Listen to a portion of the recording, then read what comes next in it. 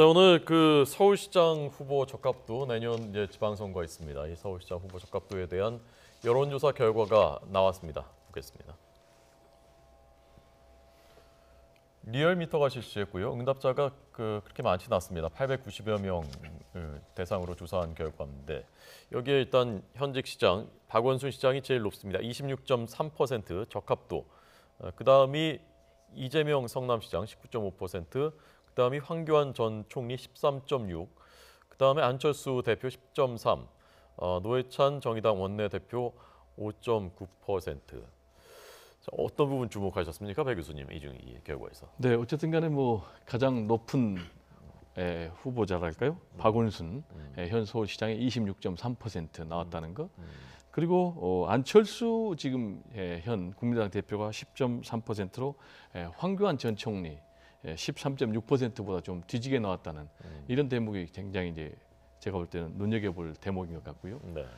지금 그러면 과연 앞으로 서울시장 선거전이 어떻게 될 것인가?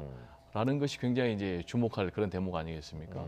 현재 제가 볼 때 크게 두 가지 관전 포인트인데 하나는 이제 박원순 시장이 다시 공천을 받을 것인가의 문제입니다. 지금 이재명 시장 같은 경우는 박원순 시장이 다시 도전할 뜻이 있다면 나는 그걸 인정하겠다. 네. 그래서 제가 볼 때는 이재명 성남시장 같은 경우는 경기도지사로 매진할 가능성이 굉장히 높고요.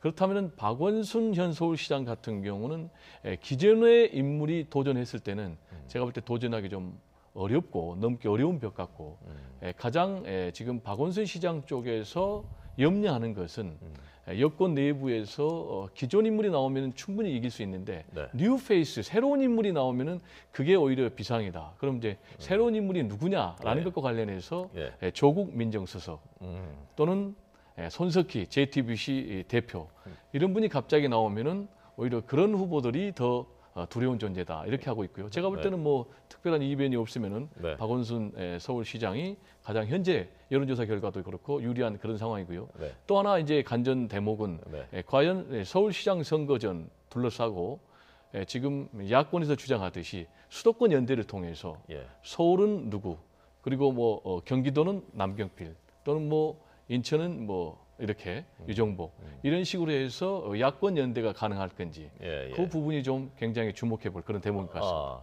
지금 거론하신 그 여권의 새로운 인물이라고 거명하신 두 사람 있지 않습니까? 네네. 그분들이 실제 출마할 가능성은 어느 정도로 생각하십니까? 실제 출마할 가능성을 제가 점칠 수는 없지만은 네. 정치에는 안 되는 것이 없습니다. 예. 정치는 생물이기 때문에 네. 자고 일어나면 하룻밤 사이도 변할 수 있고 정치적인 상상력도 필요한 거고요. 제가 볼 때는 중요한 것은 가능성 부분에 있어서요. 네. 만약에 조국 민정수석 같은 경우에 본인이 경선에 나섰을 경우에 네. 박원순 시장과 싸워서 이길 수 있겠는가라는 게 가장 중요한 거 아니겠습니까? 네, 네. 그렇지만은 이제 조국 민정수석 같은 경우에 만약에 본인이 서울시장 경선전에 뛰어든다라면은 이른바 문재인 대통령을 만들었던 강력한 그런 그룹들이 있지 않습니까? 그래서 제가 볼 때는 완전히 가능성을 배제하기는 어렵다 이렇게 생각이 됩니다. 네. 자, 이 의원님 어떻게 보십니까? 글쎄요, 뭐 많이 남았기 때문에 지켜봐야 되고 결국은 이번 정기국회 끝나고 내년 초에 분위기가 어떻게 잡히느냐.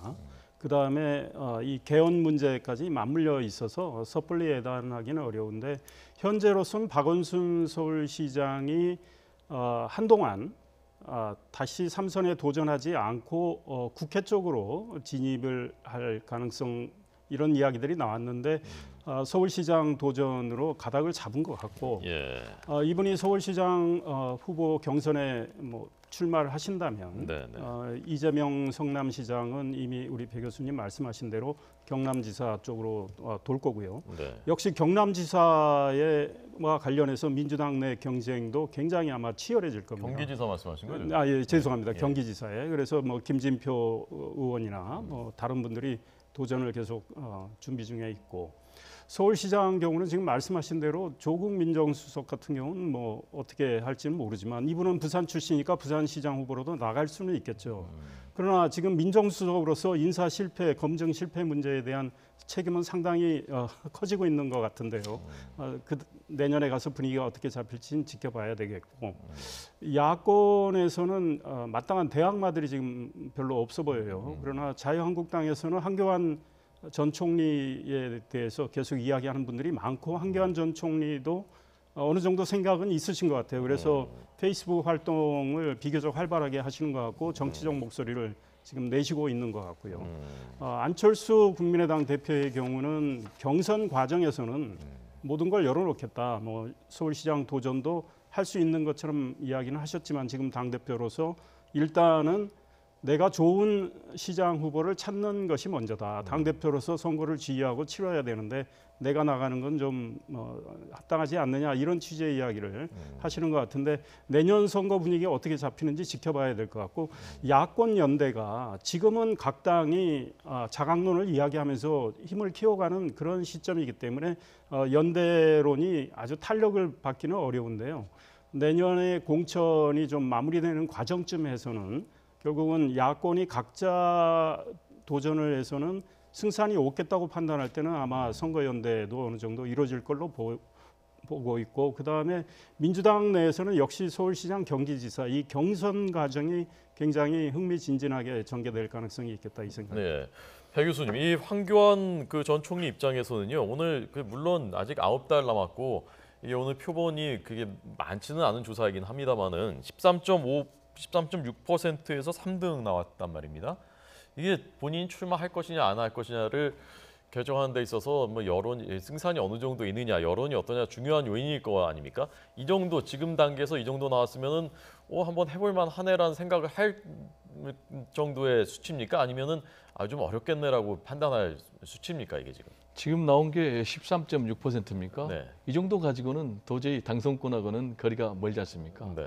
그리고 이제 가장 중요한 것은 정치적인 도전을 할 것이냐 말 것이냐는 그 사람의 캐릭터가 굉장히 중요한 것 같습니다. 기질. 그런데 지난번에 황교안 전 국무총리 같은 경우는 대선 후보로도 강력하게 부상을 했지 않습니까? 네, 네. 그때 이제 박지원 당시 전 대표가 뭐라고 그랬냐면은 황교안 전 총리는 정치를 할 그런 기질이 아니다라고 한마디로 정리를 했거든요. 네. 그리고 지금 현재 상황에서 문재인 대통령이 70% 후반 또 80% 초반에 고공 지지를 하고 있는 이런 상황, 그리고 보수 야권이 사실상 괴멸될 이런 상황. 그래서 지방선거에서 사실상 현재로 볼 때는 여권의 압승이 예상되는 그런 상황에서 황교안 전 총리가 나올 것인가라는 부분과 관련해서는 저는 굉장히 부정적이고요. 또 하나는 방금 이제 우리 이 의원께서 안철수 대표가 과연 서울시장 후보에 출마할 것이냐라는 부분을 약간 언급을 하셨는데, 네. 제가 볼 때는 출마를 안 한다고 봅니다. 네, 네. 왜냐하면은 본인이 지난번에 대선 나가서 떨어졌지 않습니까?